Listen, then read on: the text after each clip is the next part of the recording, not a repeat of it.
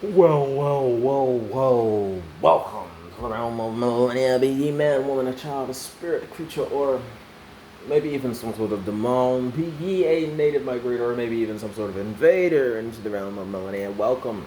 This is Week 50 Devil's Advocate Hot Take, and I am your host, the Millennium Mailman, and I'll be world building for you long after you've already begun to acclimate and fit in. So go ahead, sit back, relax, and do enjoy this another hot take hump day. As I said, it's week 50, Devil's Advocate. Priorities, people, priorities. Are we prioritizing good people or are we prioritizing good jobs? Well done, right? Because that is a commonly going trend nowadays. That is very questionable, right?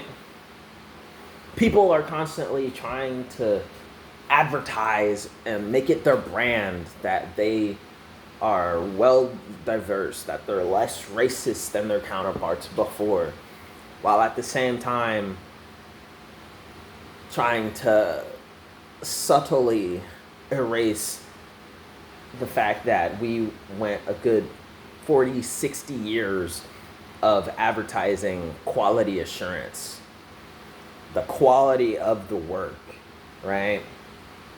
We're steering away from heavily advertising the quality of the services and the goods we have on the market, and more so advertising the people, the face of the brand.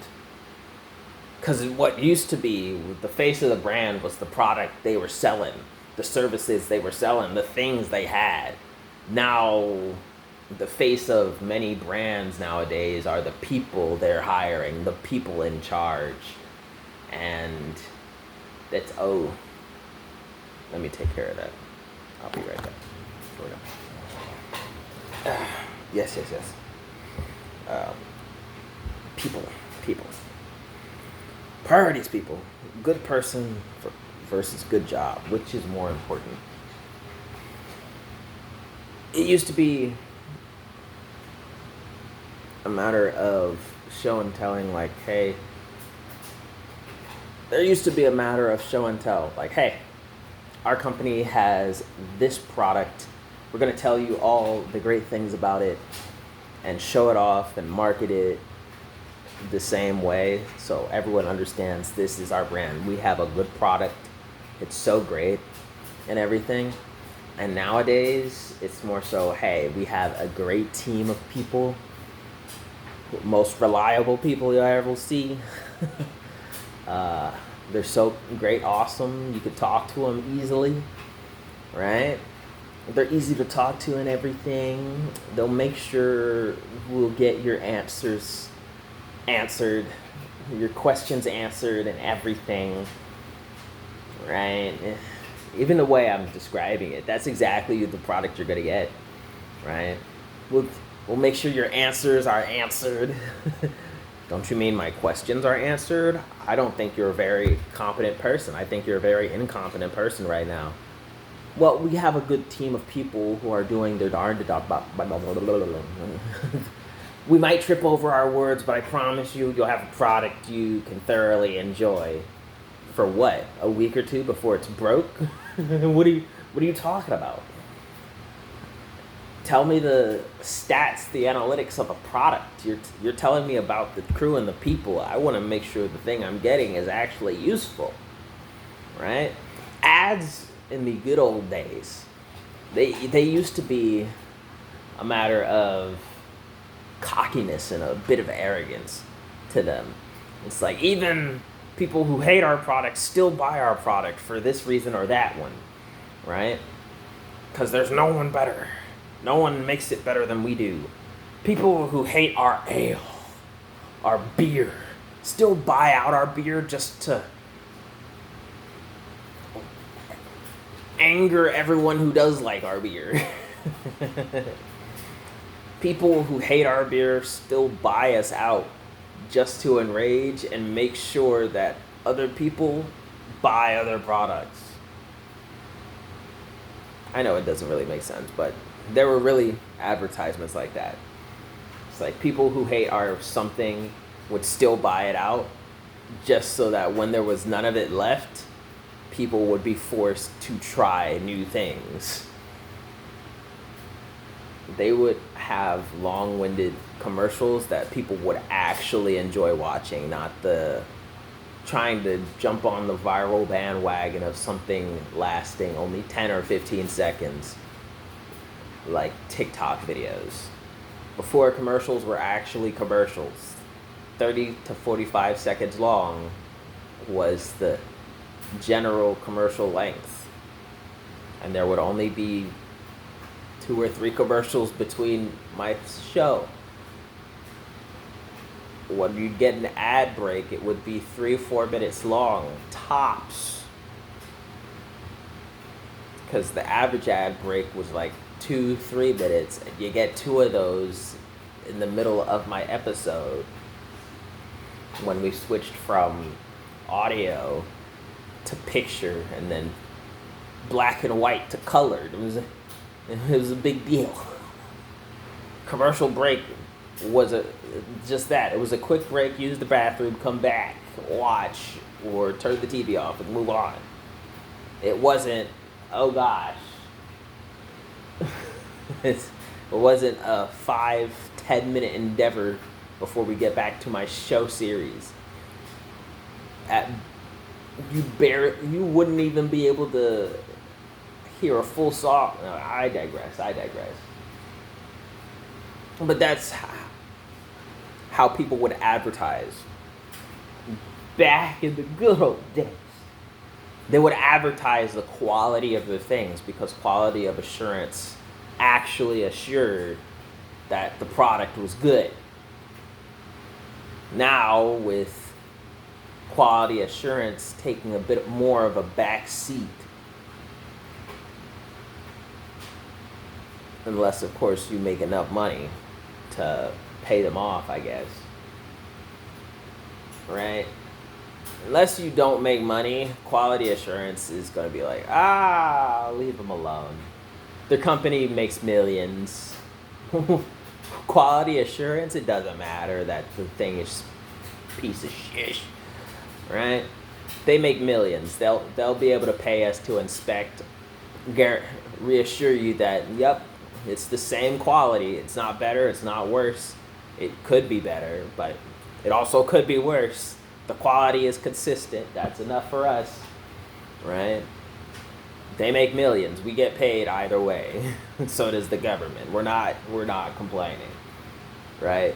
But if you only make hundreds of dollars, it's like, oh, hey there, buckaroo. There are better stuff on the market. I don't know what you were expecting to do here. There's better stuff on the market. You're on the lower end of the better stuff. We're not going to certify you. Get out. Get out. Quality assurance used to have a major name in the face in the game back in the day. Now, quality assurance is taking a back seat to quality people assurance, right? Quality assurance is taking a back seat to human relations because humans are a resource. See what I did there? H&R. I love that. Right? Quality assurance is taking a back seat to human resource department. The newer generations of business, for some reason or another, is saying we care less about the quality of service and products than we do about the people we have servicing and representing. Right? And it might just be a matter of how old I am and a growingly neo generation of ideals and innovations, but I'd say there are a lot more prevalent aspects of life where I just don't care about the attitude of the person as long as they get the job done. Right? Cardiovascular surgeon, I'm on an operating table because I'm having heart palpitations and I need a new one, or I'm going to be speaking to God or the devil real fast, right? If I'm under the knife in the operating room, I care less that this guy is a good doctor and that he's more of a good doctor. I don't care that he's a womanizing piece of shit, as long as he's gonna finish this operation in a manner that keeps me alive, right? I want his average live saves and successful operations to be better than the homeless man with dirty fingers who's been eating his own feces to sustain himself. I want that guy operating on my heart to have better average records than the guy over there who can't even speak the same language as fellow human beings. Okay, he's a dog whisperer and he can speak to rats, but he can't speak to his fellow man. Barely survive past today or tomorrow. I'd have equal luck at surviving this heart operation, having him take care of it with his rat badoodoo on my chest, than I would your good doctor over here who's not very good at being a doctor. Okay, I would very much rather the womanizer over the happy smiley, everyone likes him, but he's terrible at his freaking job, right? Because nowadays even hospitals are doing it. They're showing you, oh, we have an amazing team, instead of showing us the actual clientele of your clinic, the fact that this doctor has 95 successful operations in his 5 years of working. He's only worked 5 years. He's got a piss poor attitude. The council really hates him, but he's got 95 successful operations out of 102, and he's trying to apply for this and that, but he needs to get a ribbon first. Someone needs to put in the request for him to make that ribbon so he could move on. Like, okay, I like it. You know what? If my operation goes well, I will be the first name on the petition to get him his freaking ribbon so he can initially qualify to get that upgrade. Okay, because I like a great doctor. I like me a great doctor. Fuck those goody two-shoes doctors. Hey, if this ribbon that makes him more money is going to be the difference between him keeping this profession and instead of going over to retail, shoot. I like your piss poor attitude. I prefer the piss poor attitude if it means that the next time I or another family member gets hurt doing something stupid, we can rely on you to save us from it. You can save us from our stupidity, right? But not everyone likes that nowadays. They are more concerned about, oh, this doctor isn't seen as a womanizer, right? Screw the fact that he's failed 95 out of 102 operations in the past 3 years, and most of his clientele have died shortly after going under the knife. They didn't survive the first 48 hours after the operation. But, ooh, screw that. He's a good person. We all love him. We like him. I'm like, what? What are you talking about? You don't prefer living? I didn't ask to be born anyway, okay? Most of these people didn't. Get out of here. The character of people comes first nowadays. The priorities of people are, I don't want to say convoluted and twisted, because it's just you prioritize what you prioritize. Have fun with it, right? But the priorities of people have shifted from the quality of things to the quality of not even people, the character of people, right? We've shifted from quality assurance guarantees to, hey, trust me, bro.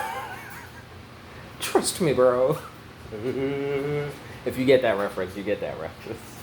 Trust me, bro. But but it really has.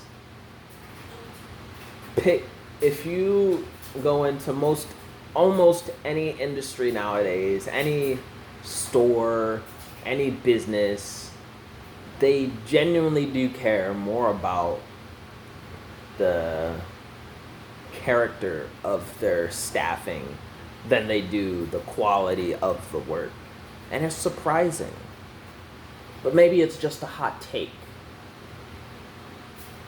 But I'd prefer you didn't fire the finest surgeon in the whole country because he made that horrible decision that went viral on TikTok. Okay, I'd prefer he still have a job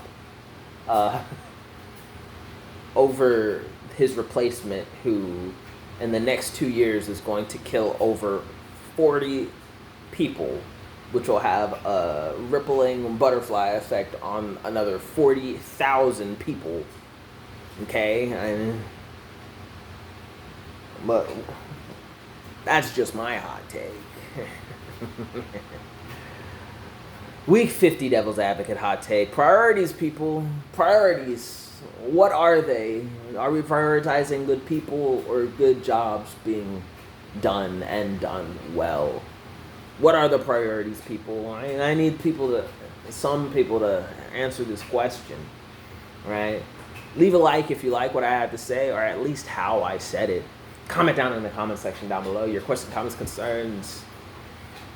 But yes, share the video for more exposure of the channel, myself, or the content.